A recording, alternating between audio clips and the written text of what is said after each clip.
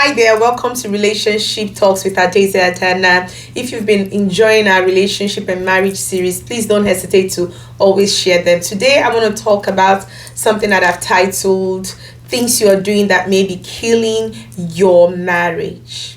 A lot of us don't know that our actions or inactions might be killing our marriages, and so we continue to do these things and we're wondering why our relationship is deteriorating, why we can no longer enjoy a thriving relationship with our partners. There are certain things that without your knowledge can actually be killing your relationship, killing your marriage. And today's topic is actually not just for singles who are trusting God for a relationship or for people who are already in a relationship, but it's majorly for those of you who are married.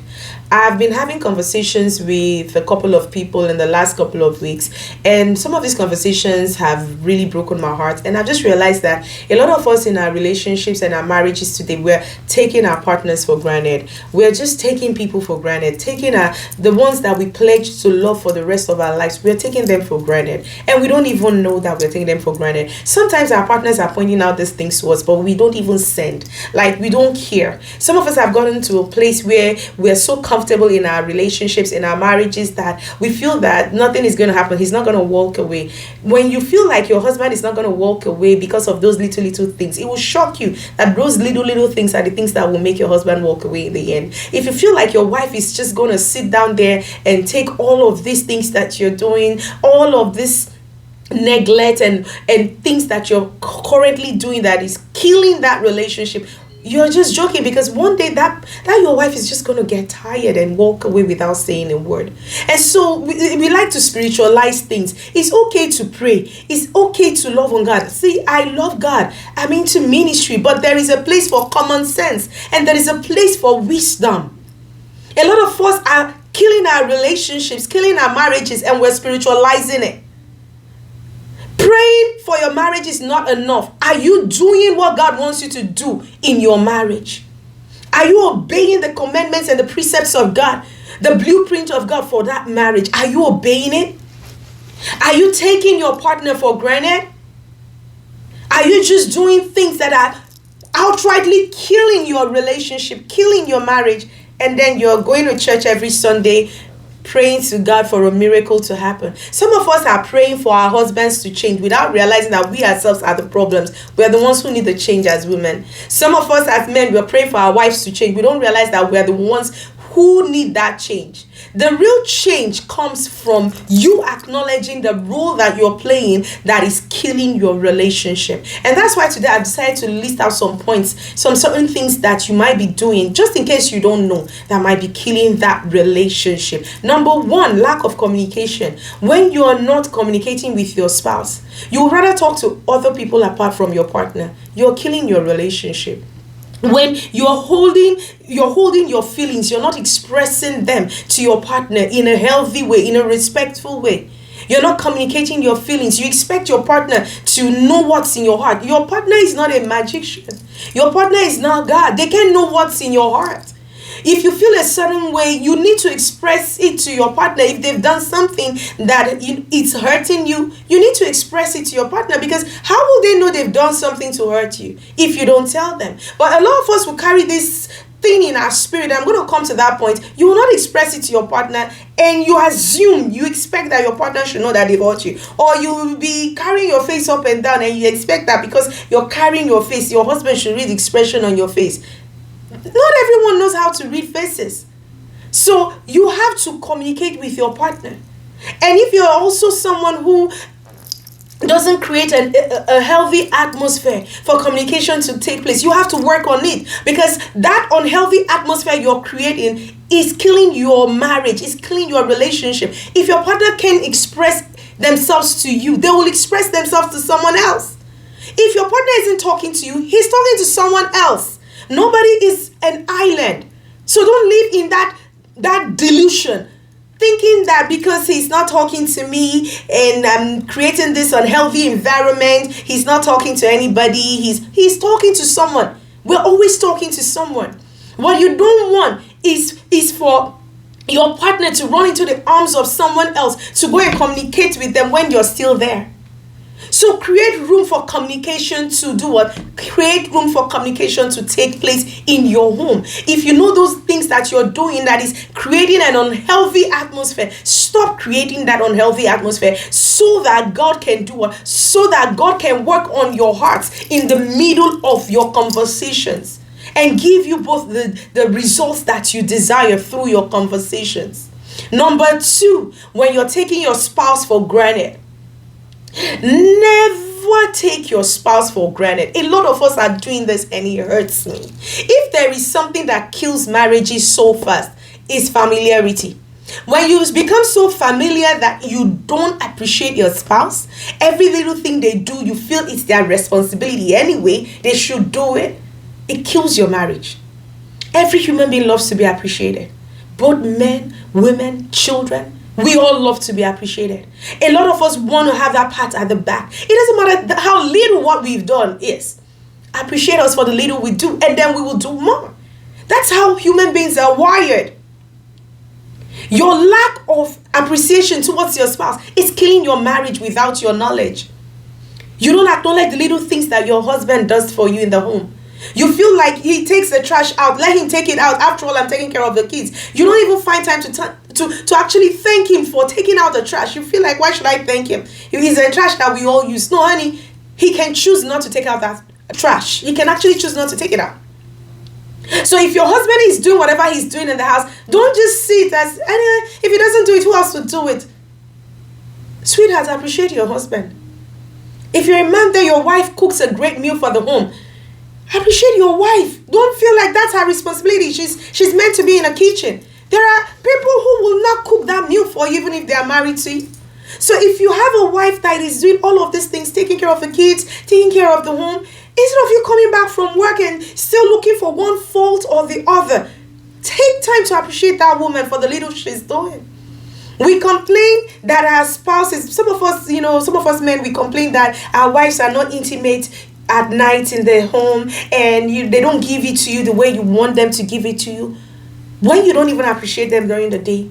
So you've stressed, they've gone through so much stress all through the day, not one loving word from you all through the day, and then you come at night and expect her to perform magic and respond to you in a loving way, when all through the day you have responded to her in an unloving way. It doesn't work like that. Or you're a woman, all you've done throughout the day is curse your husband, tell him about bills, what he's doing, what he's not doing. That's what has fueled your conversations with him all through the day. And then later on, you want him to still perform the role of a husband to you. How does that work? Stop taking your husband for granted. Stop taking your wife for granted. Stop taking each other for granted. You see those little things that you all are doing? Those little things that you think don't matter, they are actually the things that will lead to the demise of that relationship or marriage if you don't work on it. Number 3, when you are holding grudges. There are times, there is no relationship, listen y'all, there is no relationship that will be void of conflicts. There is no one on earth that is going to make you happy 100% all the time. Nobody. Nobody's going to make you happy always. You yourself, you don't make people happy always. People are going to step on your toes. Your partner is going to upset you. Your partner is going to do things that don't make sense. But when you begin to hold on to every little thing they do wrong, you're killing that relationship without your knowledge. Don't keep holding on to grudges. If you guys had a disagreement and both of you decided to talk about it, let it go. If your partner apologizes to you, I know I'm sure there are a couple of people who will say, but what if I have a partner who doesn't apologize? Now, it's very important to understand who you're married to. Some men don't know how to say I'm sorry vocally.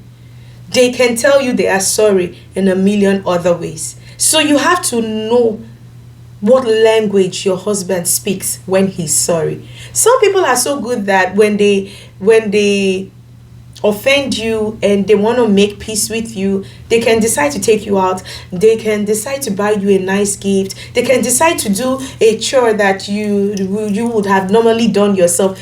They'll just do something to show that they're actually really sorry. When you see them doing those things, don't just see it like they're trying to impress you. No, they're actually trying to tell you they are sorry. But a couple of us will say, until he tells you that sorry with his mouth, this quarrel isn't gonna end. No, don't be like that. Understand your husband's apology language. Men are, for some reason, some say sorry, some don't know how to say sorry directly. They have to find ways to apologize to their partners. So find out from your husband. Find out, you've been with this person for a while. Find out how he apologizes to you. And so when you see him do all of that, let it go. And if you feel like you still want to talk about it, first let it go. Create a conducive atmosphere for that conversation to now take place. Don't hold on to grudges over little things. Some of you even hold on to grudges for little things. Just like your husband not returning a key to where it should be, or your husband not picking up the trash after you begged him to. Maybe he forgot and honestly came to tell you like, hey babe, I forgot about this. But you just feel like, no, you keep doing this all the time. You are not forgetting. You're just not paying attention and you just get all mad and upset. And some of you just carry this thing on for like 3, 4, 5 days. Some of you even carry it on for 2 weeks, 3 weeks, 4 weeks. You don't even care what it's doing to your relationship. You're just going on and on with this grudge. If you continue in that pattern, you will drive that man out there. And if you're also a woman, a man rather, and then your wife does something that hurts you, talk about it with her. And if you guys have talked about it, let it go. Don't start reminding her of what she has done a million times. Stop holding on to grudges. Grudges destroy relationships. It destroys marriages. Those little quarrels here and there, you just keep that malice. Some of you know how to keep malice, and it's horrible. It's not godly. It's not a godly thing to do. The Bible says, don't let the sun go down on your wrath. That means don't keep malice. Some of you will go to bed and you're sleeping beside each other and you're not talking to each other. What if one person doesn't make it to the morning? Do you guys ever think about that? What if one person doesn't make it to the morning? Everything might not be resolved in that night, but at least try to make sure that you're not going to bed angry with your spouse. No one is guaranteed waking up the next morning. We're all beneficiaries of the mercies of God and of His grace. And so we don't want to take that grace for granted. Some of us just hold on to these grudges, and gradually it just destroyed the very essence of our relationship, the very essence of our marriages, the friendship. With just little foxes, we allow them to destroy the vine. Let it go. If both of you have apologized to yourselves or your partners apologize to you, healing is gradual. Forgiveness can take place, but healing is gradual. But you have to give yourself room to do what? Room to heal.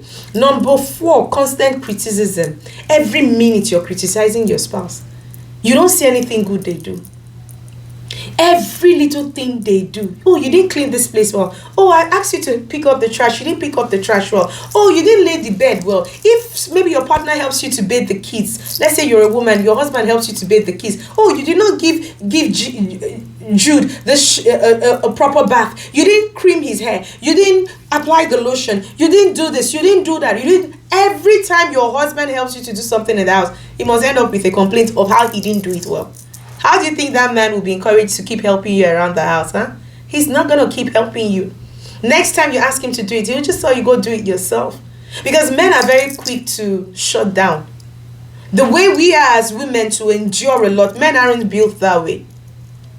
Or you're a woman, every time your wife, you're a man rather, every time your wife cooks in the house, you're always complaining of one thing that she has not added to the food or how the food tastes. You're always complaining about how she cooks, how many hours she spends cooking, how she's cleaning the house. Oh, you didn't clean this place well. Oh, you didn't do this well. Or your wife is doing one thing or the other in the house, but you're just complaining about it.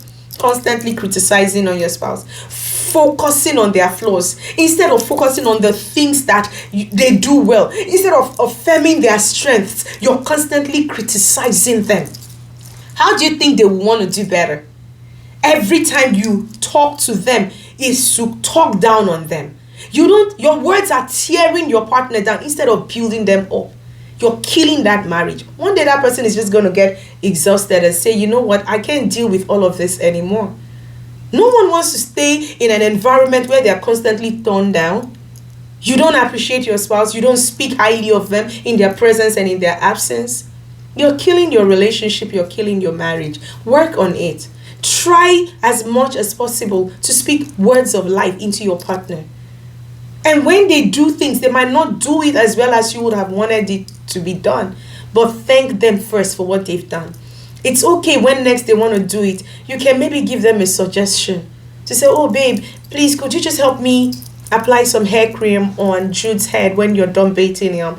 Instead of saying, you never put hair cream on Jude's head when you're baiting him. Do you see a difference?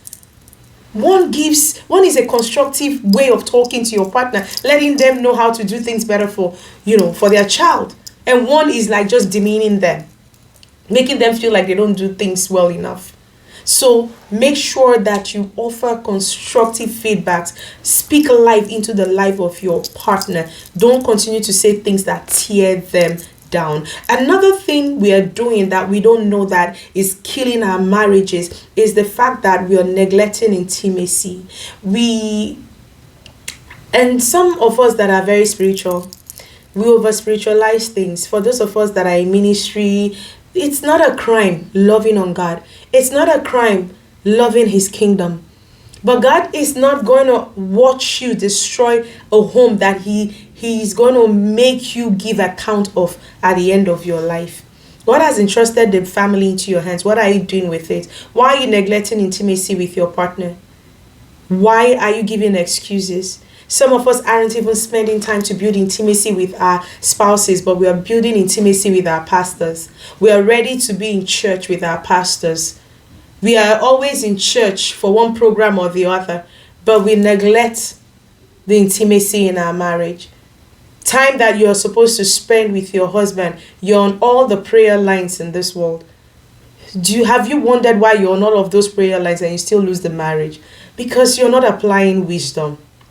You can still be on all of those prayer lines and still focus on your husband.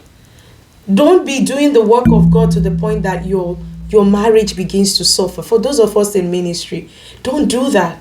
Some of us are so career-driven as well. We're so career-driven that we are focused on our careers and we are neglecting intimacy with our partners. And then tomorrow we push our partners outside and we start to cry, he cheated, she cheated. Did your actions push them away? And some of us give reasons like, he's not supposed to go out, she's not supposed to go out. When some of us for 2 years, you've not even responded to your husband's advances. Some of you have not even touched your wife for 2 years. What do you think you're really doing? What do you think you're really doing? You're actually opening the door for the enemy to come into that home and sow seeds into the spirit of that person. Don't neglect intimacy in your marriage, in your relationship. Avail your body to your husband. Avail your body to your wife. If you feel that there is a certain way your husband is doing it and you don't really enjoy it, or there is a way your wife is doing it and you don't really enjoy it, that's where communication comes in. There is a good way of saying these things or of letting your partner know how to satisfy you intimately. Don't just neglect intimacy because, she doesn't do it the way I want it, or he doesn't do it the way I want it, and I feel like it's stress. And then you completely neglect it. Eventually, trust me, if you keep doing this, just give it a matter of years, that marriage will crumble. It will crumble. And if the man or the woman still stays in a relationship or marriage, basically in a marriage that is void of intimacy, a lot of times they are getting that intimacy somewhere else. And they are just there just to save face, to keep the marriage going. They are just in the marriage so people won't say they left a marriage, but they are getting their needs met somewhere else. You don't want your husband to get his needs met from someone else. You don't want your wife to get her needs met from someone else because it goes against the laws of God. Don't deny your husband your body. Don't deny your wife your body. Don't open the room for your husband or your wife to sin against God, to sin against their bodies. Why are you guys together when you can't be intimate? Build intimacy between yourself and your partner, and your marriage will thank you for it. Finally, the last one is poor conflict resolution. A lot of us, I keep saying this in all of my videos, poor conflict resolutions will always lead to the demise of a marriage if it's not handled properly. How you resolve conflicts, it matters a lot. Avoid yelling, avoid insulting each other, avoid using curse words. Words are like eggs. Once they are spoken, you can't take them back. Don't, because you are in a fit of rage or anger, say words that you can never take back. Some of us have, through our words, destroyed or broken our homes. There are respectful ways to communicate with your partner. Learn it. Everyone on earth is deserving of respect and honor. So when you're talking to your partner, just look at it like you're talking to yourself. You want to curse yourself? If you don't love yourself, then of course you're incapable of loving someone else. That's something else entirely. But if you're someone who truly loves yourself, and you see your husband as yourself, you see your wife as yourself, do you want to curse yourself, insult yourself, yell at yourself, bicker at yourself? No. You want to talk respectfully to yourself. So when you have a conflict with your spouse, with your partner, avoid bickering, yelling, cursing, calling them names. Eventually, if you continue to do this, you will kill that marriage, you will kill that union. And that's not what God desires of us. God desires that our words be garnished with wisdom. When there is a conflict, resolve it without cursing out on each other. And if you realize, if you're in a relationship, now for the single people, if you're in a relationship and you realize that you're doing your best to have healthy conflicts, and when there is a conflict, you're doing your best to talk respectfully to your partner. If you realize that you're always trying your best to talk respectfully to your partner, handle conversations without being insultive, but you realize that your partner is always insultive, always yelling, always throwing tantrums, always cursing you out, that's not the kind of person you want to proceed into marriage with. Because what they don't fix before marriage isn't going to be fixed in marriage. So you really want to ask yourself, do I really want to end up with someone who doesn't know how to resolve conflicts? If this person continues to bring out the wild side of you out, every one of us we all have that little part of us that, when people push to a certain level, we just break it. If you have someone who constantly puts you in that state, that's not someone you want to get married to as a single person. That's actually a pure red flag for you. If every time there is a conflict, it results into yelling, bickering, abuse, curse words, everything, why do you want to spend the rest of your life doing that? You're just going to raise kids in a toxic environment. So those signs are already there in front of you. A man who constantly insults you, who curses you at every disagreement, is the kind of man you want to walk down the altar with. Don't devalue yourself to that point. Know what is good enough for you and say no. If they want to fix themselves, let them fix themselves before marriage. Don't get married thinking you're going to fix people like that. You can't fix them. If you have a woman who all she does is to curse you out, call you names, you have no business taking that woman to the altar. You have a woman you want to get married to, and she goes into fits of rage, curses everybody out, shouts everywhere, insults people, causes chaos, fights everywhere. That's the kind of person you really want to marry? A person that is out of character? You don't want to spend the rest of your life living in such a chaos. So if you're a single person and you have a woman like that in your life, you have no business marrying that person. Because at the end of the day, that woman is going to bring out a part of you that you don't even like as a man. And the world will judge you as a man. So you don't want to bring into your life a woman who puts you in a state of anger to a point that you almost try to raise your hands. And you're someone who has never raised your hands on any woman before. If you see a woman you're in a relationship with and she pushes you to that point, you have no business. That's the point to end that relationship. I don't care how much you love that woman. You need to walk away. Because one day that woman is going to push you to do something you would regret. So if you are out there and you're doing any of these things that I've talked about today, I'm sorry this is a long video, it had to be. If you're doing any of these things that I've listed today, please work on yourself.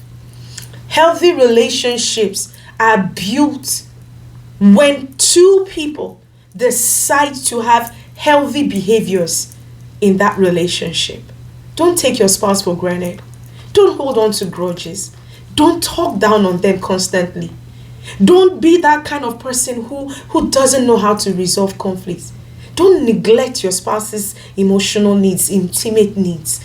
And don't be that kind of a person who doesn't create an atmosphere for healthy communication to occur in a relationship or in a marriage. If this video blessed you, please don't hesitate to share it. Till I see you on my next video on relationships and marriages. Stay blessed.